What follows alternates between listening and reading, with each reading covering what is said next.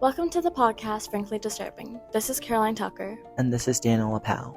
You might have heard about the Ruby Franke case since about a month ago. She was arrested for an accusation of abuse. And if you didn't, it could have upset you. Yeah, so the case was so awful that the case had been documented and released out on Hulu to watch. In case you haven't heard of it, let's start from the beginning, which starts at the root of the YouTube channel, 8 Passengers. Ruby Franke started a YouTube channel called 8 Passengers to represent her and her 6 kids, plus her husband. Ruby's videos consisted of vlogs, and the viewers quickly picked up on unusual treatment towards her kids. It started off small, such as if her kids were crying or clearly upset, she would put the camera in their face and make fun of them because of it. From there on, Ruby got more comfortable with posting on her channel by straight up admitting that their kids wouldn't be allowed to eat until they cleaned their rooms. Her oldest son was forced to sleep on a tiny beanbag for 7 months out of a small prank he pulled. All of those actions concerned the viewers, but there wasn't enough to voice their opinion until she posted a video of her and her husband, Kevin, putting all their homework in a garbage bag, and they had to pay for it to get it back. Then Kevin agreed that they could get one assignment back after finishing one chore around the house. Whatever wasn't earned by the end of the night got trashed. That made the viewers very upset and sparked many calls to housing services or anyone who would care to listen to fix a potential problem. The cause of the YouTube channel made everyone focus just on Ruby Franke, but after she was arrested, it was clear Jodie Hilldebrandt was the puppet master and Ruby Franke was the puppet controlled by the strings. Jodie Hilldebrandt was a well-respected woman at the Mormon church her and Ruby attended. She was also a couples counselor. In the documentary, they had a previous ex-patient of hers on the show. He had said that she ruined marriage after marriage by spreading separate lies to the husbands and to the wives. Fun fact, she was actually Kevin and Ruby's marriage counselor. There's quite a lot of talk that Kevin never agreed to Ruby's parenting style, but was scared of the consequences he could receive from standing up. Jodie had already abused a child of her own, which was her niece, Jessie Hilldebrandt. She lived at her house and Jodie stripped her of everything and would often do things such as duct tape her and make her sleep outside in the snow. That sounds oddly familiar to what ended up happening to Ruby's kids. Even though that there were many concerns and complaints about the way that Ruby would treat her kids, no one could do anything until something major happened. That day did come, August 30th, when her oldest son escaped from the basement he was held captive in along with his siblings. They were starved, without no water, while being handcuffed, yet the oldest child managed to escape and ran to the neighbor for help. Police came and found the rest of the siblings. Both Ruby and Jodie had been arrested that night and had been held captive at the Purgatory Correctional Facility in southwest Utah until judges decided on their punishment. Kevin had not been held accountable in any way for that reason that Ruby had urged for a divorce around a month before the arrest. The kids are in state custody, but Kevin is currently trying to fight for them. Here I have beside me currently is Kara Morgan, who is actually a viewer of 8 Passengers. So Kara, as a younger audience, had you seen any of the Ruby Franke YouTube videos before? Yes, I saw them when I was younger, like a couple of years ago. Yeah, and what do you think when you watched them? Kind of just like it's like a normal family vlog. Like it's like every other family vlog. They just have a big family, maybe some like stricter rules or policies, but nothing really out of the ordinary that I saw. So you didn't think anything of it when you saw it? No. Okay.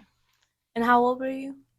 Probably like 10 or 11. Okay, so you're just a friendly family YouTube video. Yeah. So when did you first hear about Ruby getting arrested? Well, I was on TikTok, and it was like the only thing that was on everything on TikTok. So that's where I first saw it, and then I looked it up, and I was like, because they were having like rumors for like a long time about kind of something like that happening. And then when I saw it, I like looked it up and like kind of searched for myself, and I was like, oh, like it's actually like not, no one's lying. Were you surprised when she got arrested? I mean, a little bit, but at the same time, after like the rumors going around, like I kind of believed it, but like for like my like the inner child in me was kind of like, what the heck? Like it was really weird to think about. Like you didn't really want to believe it. Yeah, like something I watched as a little kid, like some like those other kids on there were like actually getting like abused or like hurt, like something was else going on behind the camera. As around the same age as the oldest of Ruby's child, do you feel any emotional attachment or feeling for him and the rest of the family? I mean, I obviously feel like horrible for like all those kids because it has to be hard. Like they were exposed to social media like at such a young age, like especially like their youngest. They have like a little girl, like the youngest one. Like she's been on there since she was born, and it's like being exposed to all that and like trying to like not hide it per se, but like try to kind of like push it away has to be really hard. So I would say like I feel awful for the fact that they have to figure it out on their own without any guidance because they've just been exposed to it since they were little. Right. And do you agree with everything she's been charged for? Yes. After everything that I heard about and everything that like her oldest daughter has like said stuff on social media about like the abuse or like when she first got arrested, like her oldest daughter posted a picture of her and said finally justice has been served. Like I completely agree because hurting your own children or putting your own children through that has to be like somewhat like traumatizing them or like hurting them. That like her oldest daughter has like said stuff on social media about like the abuse or like when she first got arrested, like her oldest daughter posted a picture of her and said finally justice has been served. Like I completely agree because hurting your own children or putting your own children through that has to be like somewhat like traumatizing them or like hurting them. Yeah. And I saw that, not Heidi, Jodie had a niece that she started the exact same thing was her to start with, and it's just like no one that actually had an interconnection with the family was surprised. Yeah, like all of the other Ruby's like sisters have like posted stuff about like how they've just been quiet about it They were because shocked. yeah, They were shocked. like they were shocked it happened, but then at the same time they like one of them said it was kind of like I mean like we just stayed quiet about what was going on there because we really didn't know like what was happening at their Ruby house. cut like connections of her and her family off completely. Yeah. Like that's why they were so surprised and like shocked because like they had no like they would text her, they would call her, they would email her, and nothing. Like everything to reach out, she just completely cut them off.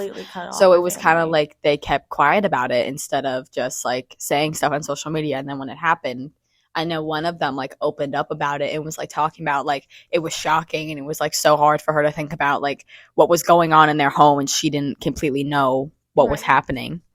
And I believe they're both Mormon too, so it's not about religion. That's why they were trying to like post their like own video on their channel to express that it's not the religion that makes them brainwash. It's just it goes down to Jodie, honestly. I was gonna say completely because if Ruby didn't start doing that all with Jodie, then it wouldn't have picked up as far as it did. Because I mean, I would say like watching it as a kid, like she was always kind of like not tougher, but like she had like stricter rules than like most. But it's like not rules like I mean some rules that were kind of like wait what like, but not completely like for me as a kid to like really like think about.